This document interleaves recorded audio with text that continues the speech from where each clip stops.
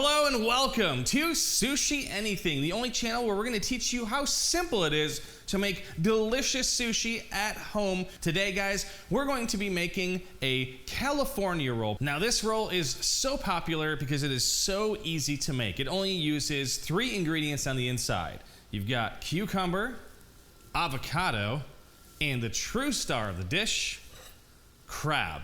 Now, this is imitation crab. Now, there's really not much of a difference between imitation crab and real crab, especially when it's inside of a sushi roll, because there's so many flavors going on. Some of the other stuff we're gonna need is our rolling mat. What I've done is I've wrapped mine in cling wrap, and the reason I do that is because once this gets dirty, it's really hard to get clean. So if you have the cling wrap on top of there, you can just throw away the cling wrap and you still preserve your mat. I've also got a bowl of water and a bowl of some sushi rice. If you don't know how to make sushi rice, I've got a video out there. Check it out. It's super simple, very few ingredients needed into there, and it's going to be amazing. Trust me, check it out. Link should be up here or in the description. But let's get started. The very first thing we're gonna do is we're going to take our mat and place it in front of us. On top of that, we're going to take our piece of nori, which is seaweed, and you'll notice that the nori has a shiny side and a rough side. Now, we always put our rice on the rough side because it sticks better, and if you make the roll with the seaweed on the outside, then it'll look prettier as well. Now, in this bowl here, I've got 1 cup of rice. This is 1 cup of rice cooked. Probably fluffs up to be about 2 cups. Now, it is cooler, and you'll notice that one thing about sushi rice, it is very sticky. And you're probably wondering, well, how am I supposed to handle this stuff if you can't even get it off your hands? Like, it just sticks. It doesn't want to come off. And the way we do that is by using water. So now you'll notice if I put water all over my hands and I grab this rice again, look at that. It drops right off. Nothing sticks to your hand. We've got the rough side up on the nori. So what we're gonna do is we're going to take a ball of rice, about the size of a lemon to start with, and we're going to spread it out on top of here. Now, one thing that we don't want to do is we don't want to press down hard. We're not trying to squish the rice. We kind of want to push the rice away. What we don't want to do is crush it. And if you don't have enough rice, just grab more to fill in the areas that need it. Now, you don't want to make this too thick either. If it's too thick, then your roll is going to be too big of a mouthful for people to eat and enjoy. So now we got our rice applied. We've gone all the way to the edges, and that's because we're going to be having the rice on the outside. If you wanted the rice on the inside, you leave the last inch and a half empty. But now what we have to do is take our rice and flip it over, and we're now ready to stuff it. Unfortunately, since we don't have anything cut up, we're gonna have to do that. Normally I do that stuff up front, but it's simple enough to do.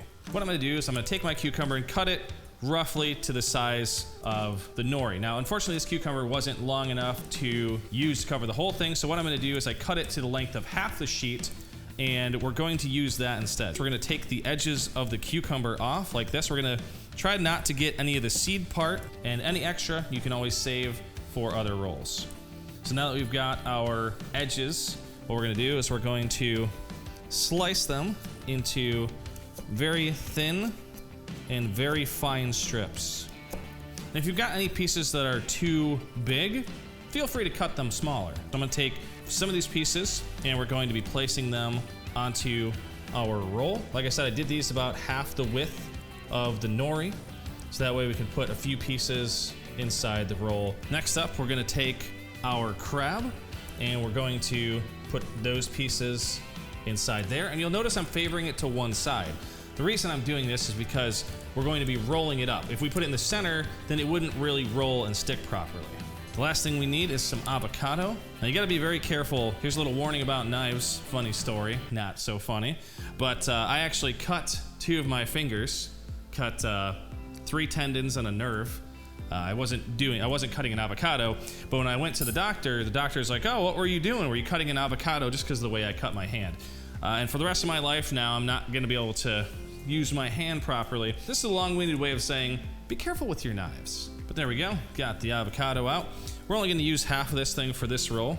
So the reason I've got this butter knife out is because what we're going to do is we're going to scoop out the avocado and just put a few pieces onto our roll. But now that we've got all the ingredients on there, what we're going to do is we're going to roll it up. Now, the key to rolling this is taking your mat and kind of holding on to everything and bringing it up until it pushes over the top. You want to give it a little bit of pressure, and then you're going to want to continue rolling. Give it a little more pressure.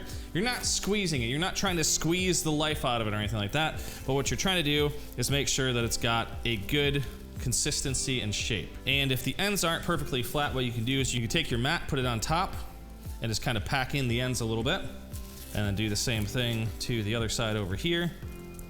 Push everything back in there. So there we go. We've got our roll. Now, what we want to do is we want to cut it up into pieces. Now, one of the tricks to getting sushi to cut nicely is making sure your blade is wet. What you want to do is dip the tip in and let the little bead of water run down the edge of the blade. You can think of it as kind of going down a slip and slide. Imagine going down that slip and slide without the water.